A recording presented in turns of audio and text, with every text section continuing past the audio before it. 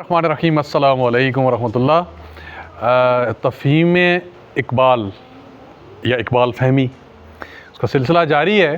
اور آج کی ہماری نظم ہے غلام قادر روہیلا۔ اس نظم کے ہم دو پارٹس کریں گے، یعنی کہ ہماری ویڈیوز دو ہوں گی، پارٹ 1 اور پارٹ 2،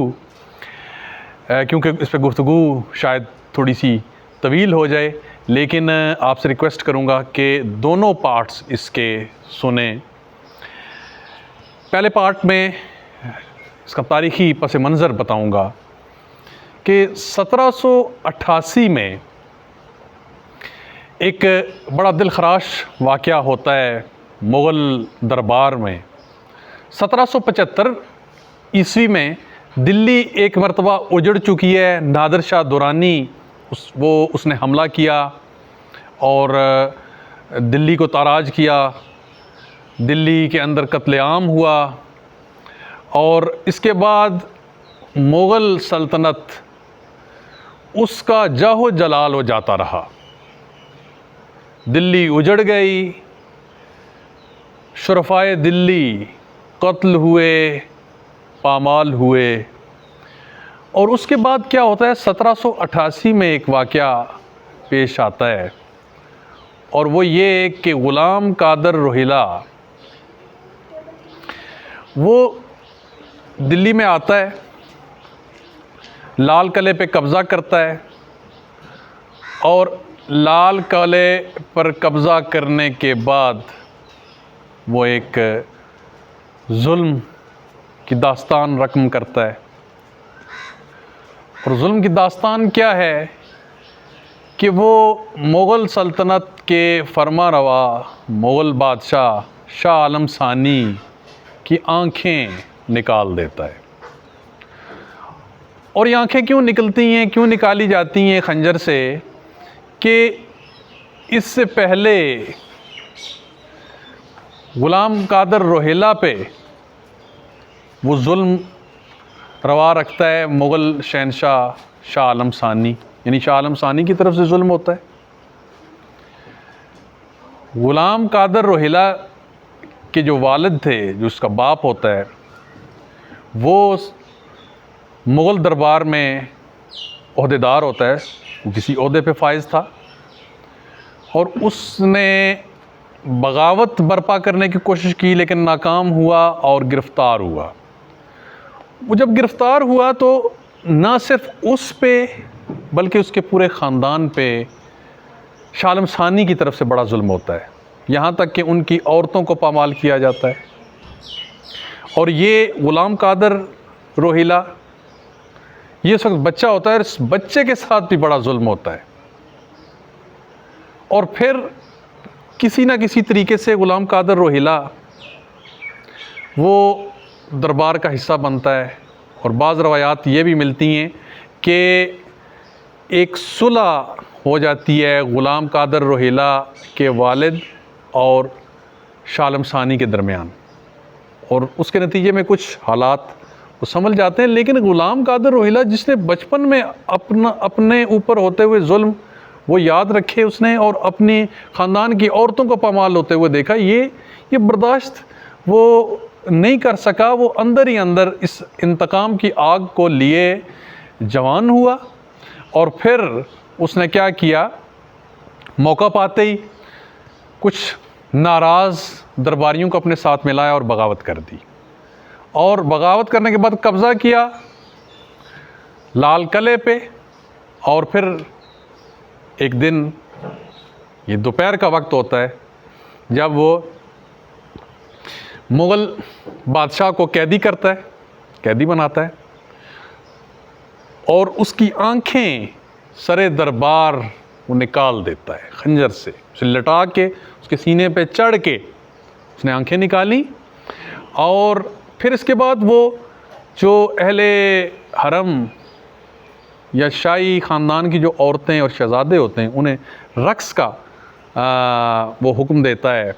رقص ان سے کرواتا ہے، اور پھر کیا کرتا ہے، وہ یہ چیک کرنے کے لیے کہ ان میں کیا کوئی رمق باقی ہے غیرت کی یا حمیت کی، تو وہ اپنی تلوار کمر سے کھول کے وہ رکھ دیتا ہے، خنجر اپنے سینے پہ رکھ کے مسند پہ سو جاتا ہے، تخت پہ سوتا ہے، اور وہ یہ ٹھٹھا نہ صحیح بلکہ ایک طرح کا ناٹک رچاتا ہے، آنکھیں بند کرتا ہے کہ جیسے مجھے نیند آ گئی ہے. لیکن کسی مغل شہزادی میں یہ جرت نہیں تھی کہ اس سوئے ہوئے ظاہری طور پہ غلام قادر کو وہ قتل کر دیں.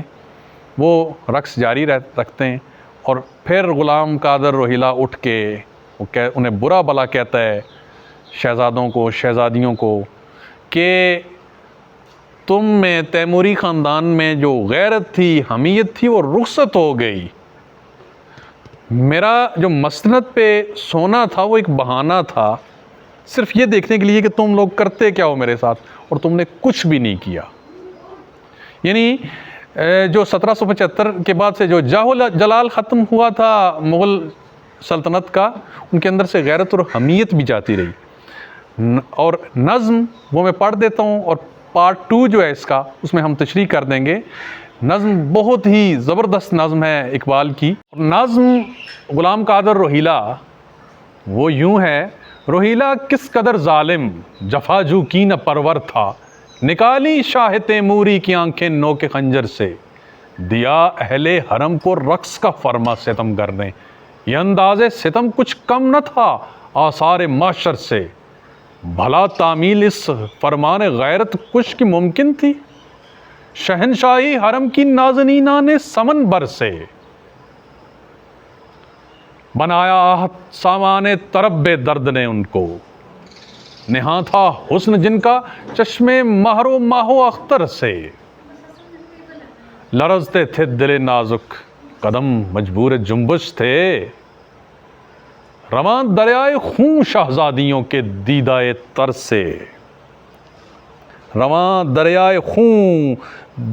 شہزادیوں کے دیدائے تر سے. یوں ہی محوِ نظر کچھ دیر تک آنکھیں رہیں اس کی، یوں ہی محوِ نظر کچھ دیر تک آنکھیں رہیں اس کی، کیا گھبرا کہ پھر آزاد سر کو بار مغفر سے، کمر سے تیغِ جاں ستاں آتش فشاں رکھ دی، سبق آموز تابانی ہوں انجم جس کے جوہر سے، رکھا خنجر کو آگے اور پھر کچھ سوچ کر لیٹا، تقاضا کر رہی تھی نیند گویا چشم حامر سے، بجھائے خواب کے پانی نے اخگر اس کی آنکھوں کے، نظر شرما گئی ظالم کی درد انگیز منظر سے، نظر شرما گئی ظالم کی درد انگیز منظر سے. پھر اٹھا اور تیموری حرم سے یوں لگا کہنے، شکایت چاہیے تم کو نہ کچھ اپنے مقدر سے، میرا اس سے یہ مقصد تھا، میرا مسند پہ سو جانا بناوٹ تھی، تکلف تھا، کہ غفلت دور ہے شان سفارایان لشکر سے، میرا اس سے یہ مقصد تھا کوئی تیمور کی بیٹی مجھے غافل سمجھ کر مار ڈالے میرے خنجر سے، مگر یہ راز آخر کھل گیا سارے زمانے پر، حمیت نام تھا جس کا گئی تیمور کے گھر سے. نظم کی تشریح ہم پارٹ 2 پہ کریں گے.